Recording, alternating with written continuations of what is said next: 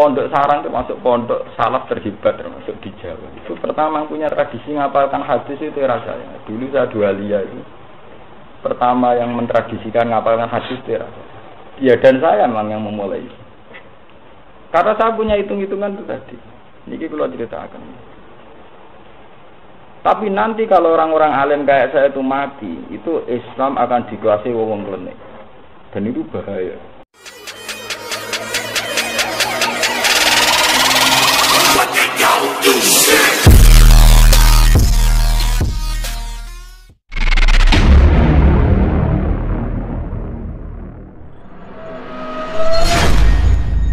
Bismillahirrahmanirrahim. Ini rumah lagi ben-ben salah paham ya. Niki kula kawiti masalah ruwat ya. Ya masalah apa? Ruwatul hadis. Abu Bakar bin Abi Syaibah ya.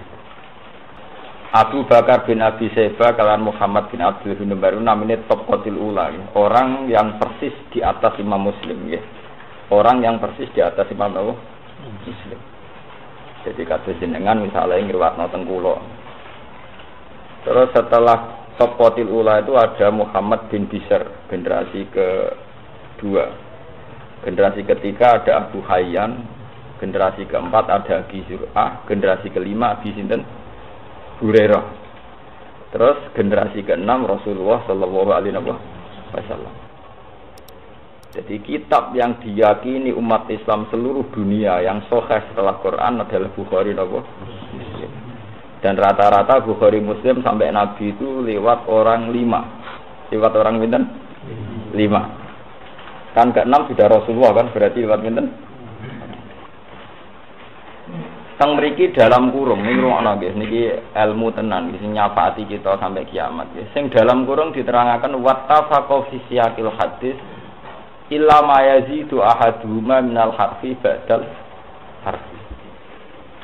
Dua guru saya ini sepakat dalam banyak hal, dalam banyak urutan hadis nih. Metodologi atau format hadis. Kecuali hanya 1-2 dalam satu huruf. Sak huruf betul sak kalimat, sak napa? Huruf. Jadi mungkin masalah safat kalau terangkan ya, singkat paket begini. Ini kalau terang masalah rawi. Kalau ini akhir-akhir ini sering diskusi kalian banyak pihak, gitu, termasuk sama seorang profesor sama kiai-kiai alim. Orang-orang Islam sekarang itu mengalami keangkuhan yang luar biasa. Muka-muka ramai laknat, gitu. Jelas mengalami keangkuhan yang luar biasa. Jadi muka-muka gak marahin apa? Tapi ini serius, masalah serius.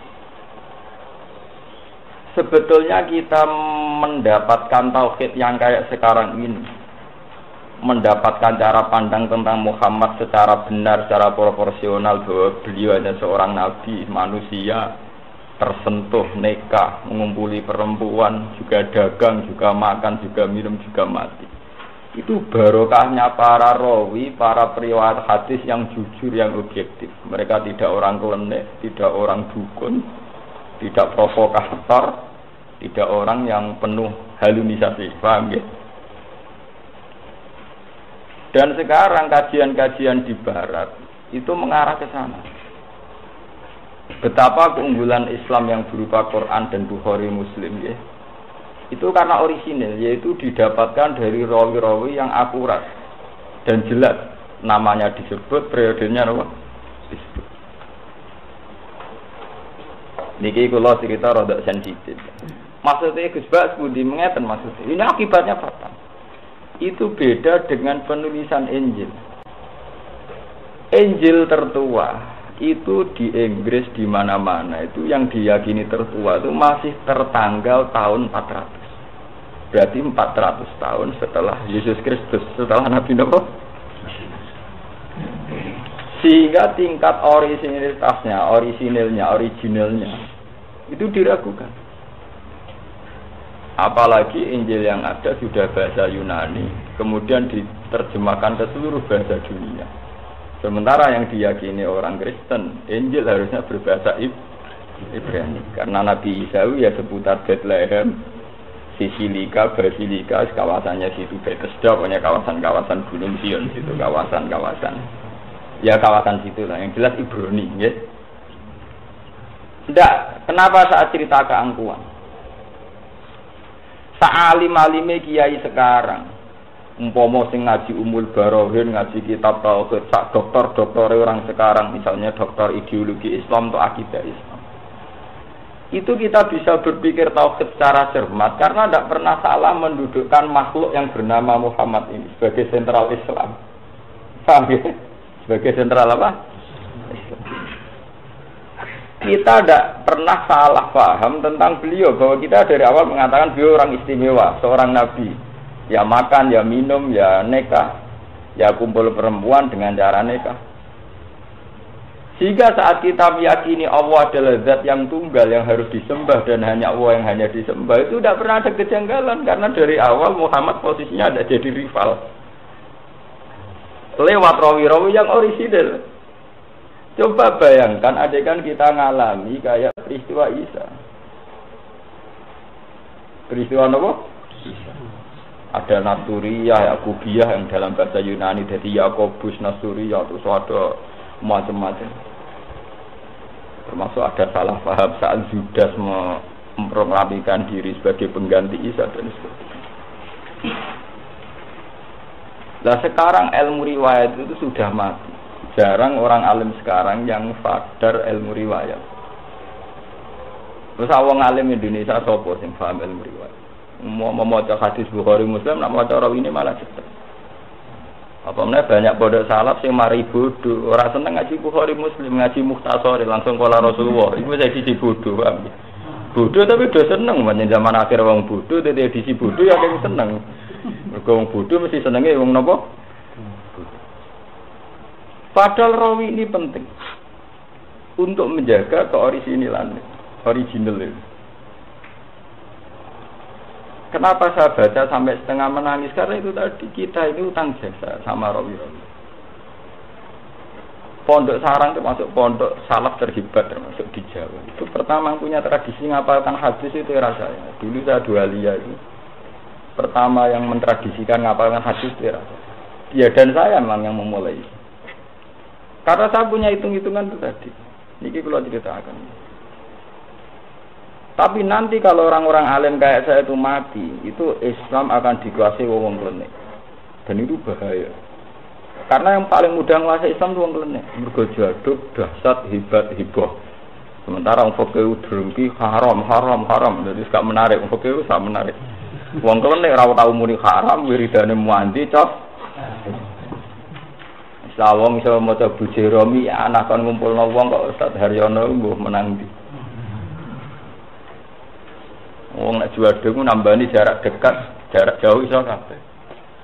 Entar wong fikih nek ana wong lara ora siap. Senenge muni haram daripada nambani ada muni napa? Haram. Kadang malah nuduh mesti kafare itu sampe dhisik-dhisik melane lara lo. Sementara tabib ora usah monis jumpa jam plus mari orang piye orang menarik. Nah, artinya saat si tabib ini kemudian memfatwakan satu hukum bagi orang awam tentu lebih menarik ini karena dianggap lebih punya otoritas mengklaim dekat Allah timbang sumuni haram halal ngobos terus. Lalu kalau nak sinau hadis rata-rata setengah 4 pagi. Ini kalau nak tangi jam setengah 4. Wong kalau ulama dadi yang ketangi yo terus niku nggih kopi. Ini jujur, ora mboten ate adu jarang. Padha nggih kopi wudu terus sinau. Mangke nek ampun badhe subuh nembe salat 2 rakaat cepet. Mula istighfar rapati mandi. Tapi sinau, kalau mesti sinau mesti kalau sinau biasane kalau sinau Bukhari Muslim jam setengah 4. Ndak niku lho cerita. Andai kan dari awal itu riwayat kita tentang sosok yang bernama Muhammad itu salah, maka kita akan mengalami kayak tragedi Kristiani, di mana memposisikan Isa sampai kayak Tuhan atau anak Tuhan atau Roh Kudus atau apa, sehingga kita punya kemelesetan atau kefatalan tahu. Tapi gara-gara para rawi sing objektif, meskipun kita tidak siap kadang. Tapi Nabi Muhammad itu selamat dari manusia. Riwayat Nabi Muhammad ora ono sing bener ana masalah basariah. Ana santri khusuk zaman era sahabat. Nak poso mau ngambung bojone. Saking khusuke poso-poso kok ngambung sik ra kuwate ngem. Udah mau be Aisyah. Riwayate jorok cara santri ra siap, cara santri khusuk ra siap. Qabbalani Rasulullah wa ana napa? Sok khusuk ora gelem ngambung bojo. Aku diambung Nabi jelas Nabi pasti pas poso. Qabbalani Rasulullah wa ana napa? Sok. Cara santri suwi agak siap. Ini riwayat Nabi ini urusan abung-abungan. Kowe riwayat kiaimu abung-abungan ora pantes iku Nabi. Di riwayat qabbalane Rasulullah wa huwa napa? Tapi kamu harus ingat, edisi Nabi Muhammad adalah edisi setelah kecelakaan tauhid, di mana Isa terlalu khusyuk malah diposesikno kaya pangeran atau anake pangeran. Artinya Basariyah ini menolong sekali sebagai pondasi tauhid. Lah saiki ana kiai jatuh rahasia. Aku lho siap. Kulo nu mau ora kadung ngalim lu jatuh siap. Mari nek aku jatuh sing mulang liyane rawan kesan, madane kulo terpaksa gak jatuh. Tapi terpaksa napa? Sakjane secara tauhid ku aman jatuh. Paham gitu, jadi rasa jatuh, rasa mulia ku alhamdulillah, artinya selamat sampean. Paham gitu. Orang usah jatuh kok isra mulia ku alhamdulillah. Bagus itu, secara tauhid apa? Bagus. Di wong ra mulya cara tauhid napa? Bagus, positif. Orang-orang yang banyak kasus, banyak tragedi, banyak masalah itu bagus. Secara tauhid napa? Bagus. Banyak riwayat-riwayat yang begitu.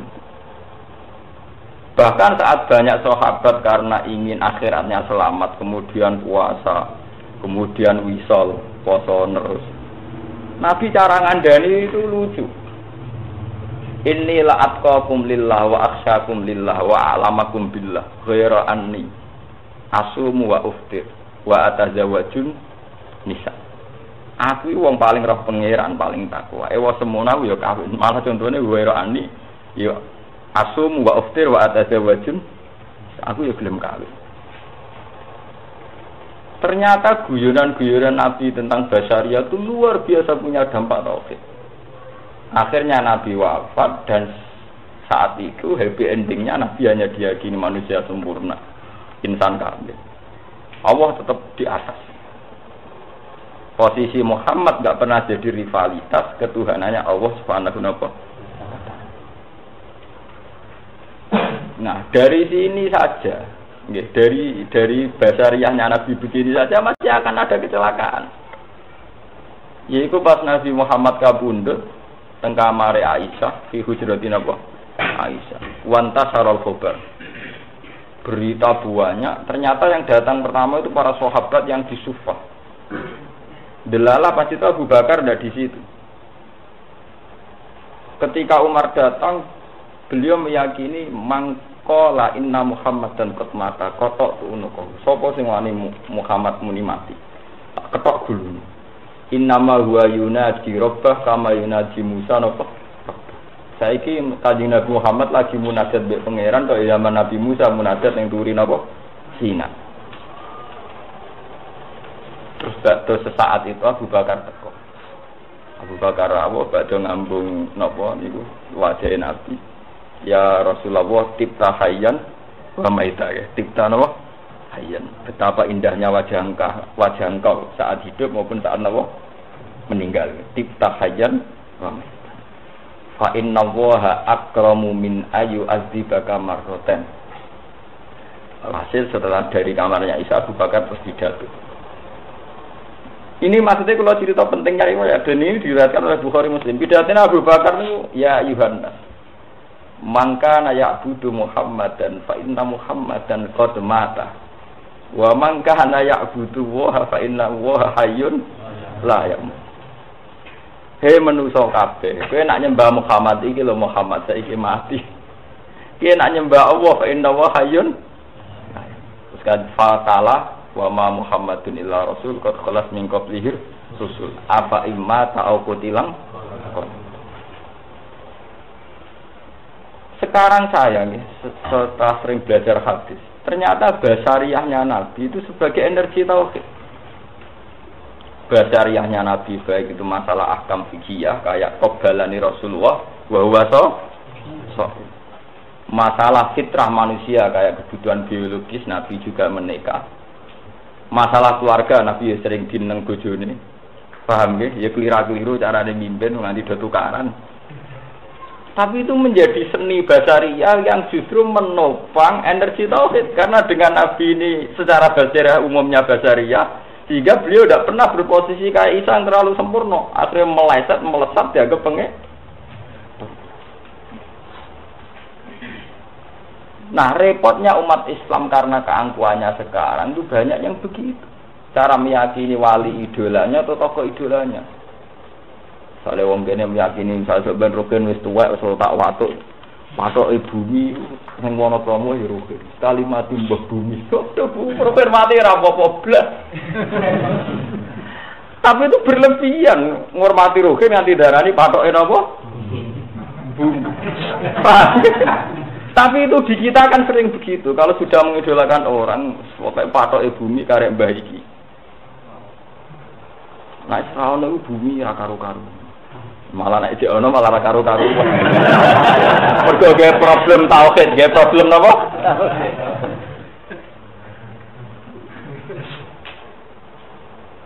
Nah, kenapa saya menerangkan dengan mukadimah niki? Niki kula istikharah. Kenapa saya menerangkan dengan mukadimah ini? Pada akhirnya kita tahu fi faslil qadar bahwa teori saya ini benar dan saya sampai ketemu Allah nggih ngeten iki. Bahwa saya yakin benar sampai ketemu Allah nggih kula pendapat ngeten iki. Kenapa saya beri mukadimah demikian? Ketok nak teori kula benar sama dengan teorinya ulama-ulama yang jujur. Itu bahwa pada faslil qadar nanti ternyata Adam itu tidak siapa-siapa. Nuh ya tidak siapa-siapa. Gampangane cara Jawa jepiping kabeh. Orang yang kita idolakan, kita sakralkan, njepiping kabeh, ngadepi Allah njepiping kabeh. Wa Adam yo grogi wis muni nafsi. Nuh yo grogi muni nafsi. Ini inna rabbi qad ghadibal yauma la yaghdab qabla wa la yaghdabal yauma ba'da. Allah sekarang murka dengan kemurkaan yang tidak pernah dia lakukan, juga tidak akan murka kayak ini lagi. Nafsi, wah ora urusan. Itu nabi-nabi papan atas ulul asmi yang begini ini ini yang diceritakan di hadis syafaat itu nabi papan atas semua. Apa mana nabi biasa kayak Idris, Zulkifl sing apalane angel malah hilang to. Ini yang diceritakan di Fathul Qadar nabi-nabi papan atas. Nuh, Isa, Musa, nabi-nabi papan atas, nabi keren cara nabi-nabi papan atas. Dari sini kita tahu. Ya, dari sini kita tahu. Betapa para nabi itu luar biasa cara memposisikan mereka sebagai basariah. Sebagai apa? Basariah. Kan kula sering ditakoki kalian tiang-tiang. Gus kapan lho jenengan dadi kiai tenanan? Nah aku ra tenanan niku malah kiai tenan. Lah nek tenanan niku malah kok nabi sa. Jadi ora tenanan ku dadi tenanan kok. Maksudnya ya aku ya kasus sithik-sithik nganti mati ya. Itu energi betul. Secara tauhid menapa? Energi. Kula nu roh rasane disanjung dipuja sehingga saya dalam hal ini jujur. Ini kemauan ndak siap. Karena untuk menjaga energi napa?